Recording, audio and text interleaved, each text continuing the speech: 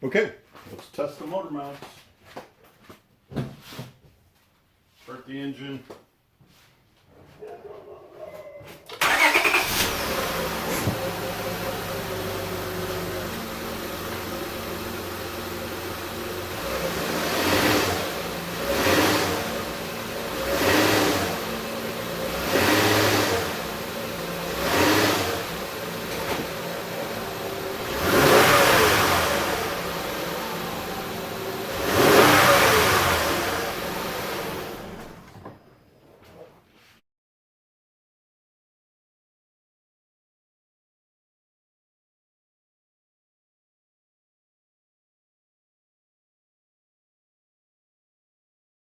As noted on the boards, this top transmission mount is the easiest one. Come on, focus. There we go.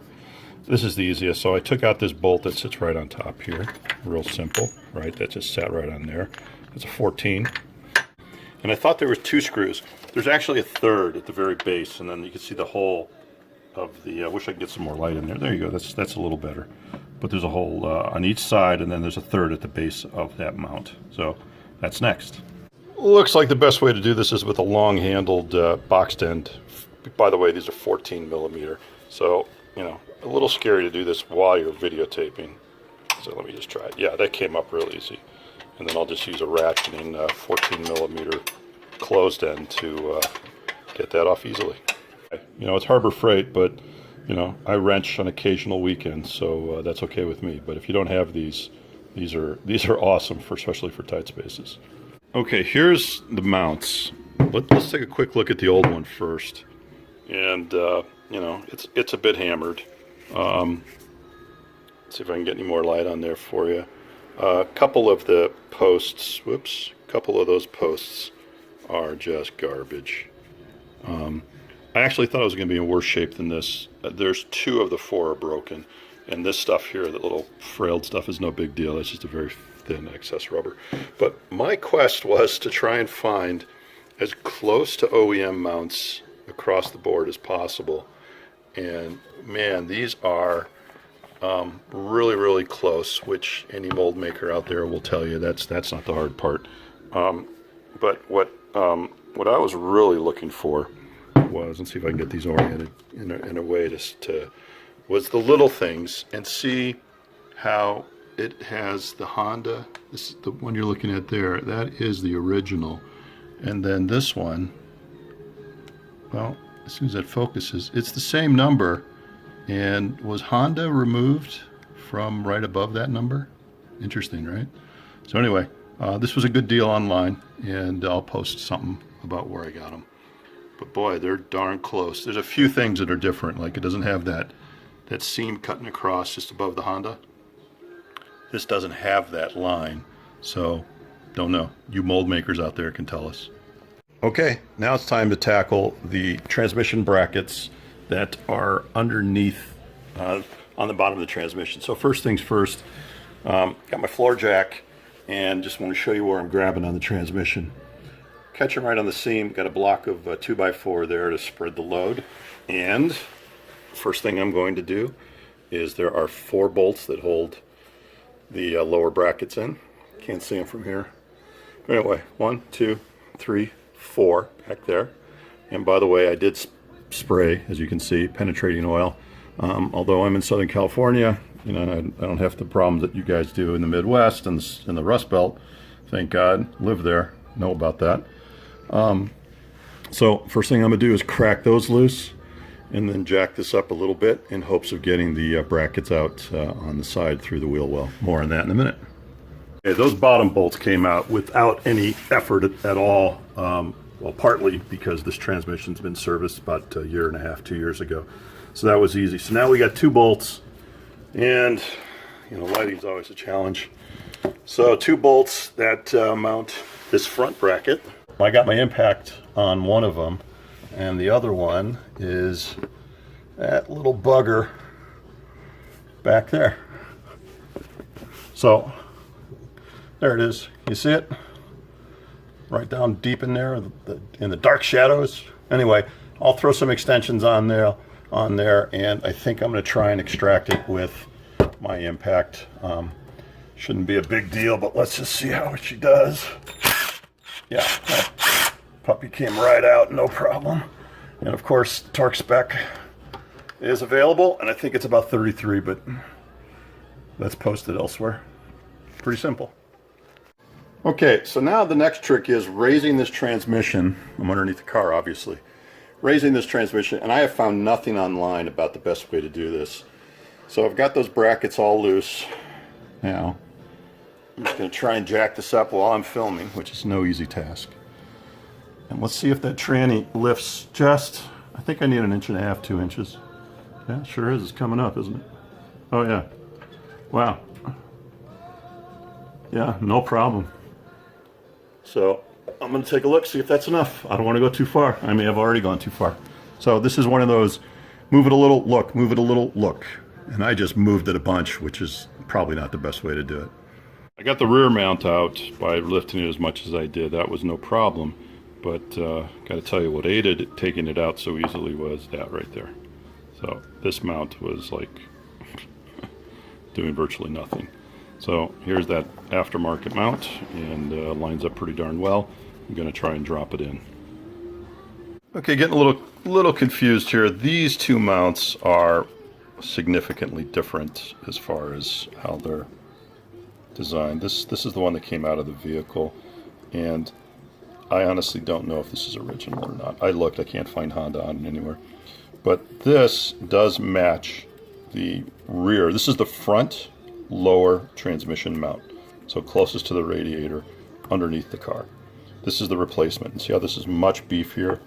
There's a lot of compliance here. There's a lot of movement in all of this. This one is uber compliant, right? Very easy to compress. This one is much stiffer.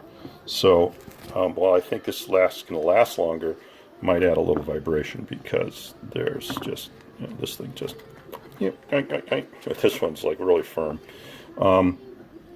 So again, my quest was, is this a knockoff or some from the same factory that makes the Honda brand? I don't think so on this one. This appears to be factory because it's exactly like the front bracket. If you remember, this was on here sort of like that. But what's making me think that is the design is so similar between these two. It's that hourglass kind of shape, whereas this is beefier, and who knows if that plate through the center has got anything to do with it. But yeah, there's a metal plate running through here to give it more rigidity. Interesting. So I'm going to change them all. This one is in good shape. It may have been changed when the transmission was rebuilt. Don't know, but there's no cracks. You know, I guess I could have left it in, but I'm going to heed to the advice and change all 6 mounts, engine and transmission. Okay, command decision time here. I am concluding that this is not factory, not even close. And here's what's happening. I have got plenty of clearance. I'm getting this piece in rather easily, but this thread is marring with the simplest, you can see, like, right, yeah, see how this is just all getting whacked out? And I can't, I've tried it 4 times now, I can't start that bolt cleanly from underneath the car. This is so soft. This one's fine, and I didn't, you know, everyone's going to think, oh, well, you shoved it in there. No, there was no pressure at all, just the weight of this thing itself, and it just nicks those threads. And I think this piece is crap, because when I look at this one, I don't know if you're going to be able to tell, because of course these things don't focus when you want them to. Come on, focus. There we go. See how it's got a little taper to it? And no threads in the very beginning. So this, to me, is factory. And since it's in such great shape, command decision here. You know, you guys can criticize me if you like, but this one's going back in. Doing pretty well. Got the bottoms done and moving up to the top. I'm going to come back and do this later. What I want to show you here is what I had to resort to. I went ahead and pulled out Bertha, just pulled out the big breaker bar, and just go real easy with the big breaker bar, because you've got to get all the way down into this area down here. Maybe you can follow where my wrench goes. I'm just going to get some light in there. Kinda. But anyway, there's 4 bolts at the base. There's one right there. It's too much light. There's 4 bolts at the base of the mount that have to get broken loose. And they are snug, so hence the extra large breaker bar. Hey, can't tell you how much extensions are your friend in this job. So I'm going to try and show you where you got to go for the backs. You got to go all the way back. There's the motor mount. There's the motor mount, the black thing with the gray arm is the bracket 2, the engine block, and then the roundish dark gray black thing is the mount. I've already got half of it out, and I'm cracking loose those bolts. So for those interested, there is a swivel, a 1/2 inch swivel at the end of that. I am going 1/2 inch. Nice, long.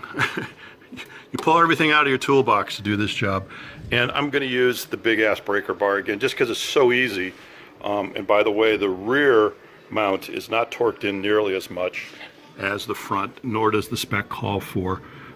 It's several pounds less than the front. So don't over tighten that one in case you ever have to do this again, because it's a bear to get back here. Here's the fronts, and you know, this is completely shot, right? And it's fluid filled, and you can confirm that by you can see it jiggling around. And of course, I spilled, so had to clean that up. Anyway, the yellow marks are mine for orientation for putting in the new one. Is this Honda? I doubt it, but I see this markings here, FR4, the number 4A. There we go. Now it's all focused. But I can't find that anywhere on the one pulled out. Well, let's move off over to the side unit. This is over there by the power steering pump and the power steering reservoir. And this is the unit that brought everything to my attention. This is the new one. This is the old one. So, boy, anyway, to show you what kind of shape this is in, this is just garbage. So in big time need of replacement. And this was rattling around, and you could see where the bracket that mounts to the block was bouncing off of this and deteriorated this dust cover, I guess, whatever it is. But this thing was just clanking. You know, you go over some bumps and this thing was just doing one of these. Poof, poof, poof. And made sure we knew that she needed some attention. So swearing and finagling, I got the rear mount out, and these appear to be more matching than just about anything else. This one looks in really good shape, and questionable whether or not it even needed it. You know, 150,000 miles. Was it 14 years old? This does look original. So, you know, these little color-coded dots, who knows what they mean at the factory, somebody might know. So this one is original factory. This is that gold anodized. These are that, you know, silver anodized. Just a little heavier duty make on the two, not by much. So that's why I'm saying these two match pretty well. You know, these welds are very, very similar to these. You know, they're all done by hand. You know, this one goes under, this one did not wrap. Do they all wrap? Yeah, they sure do. That number is not on this aftermarket one, but see how they wrap that weld? Wow. So this does not have that underneath side. It just has it on the here, but not under here where this factory one did. So, well, I was hoping for as close to factory as possible. Didn't happen. Who knows where these are made. Come on, focus, you fuck. Look at this. This takes forever. Come on, focus on that right there. There you go. Well, getting it out was hard. Getting it back in is going to be twice as hard.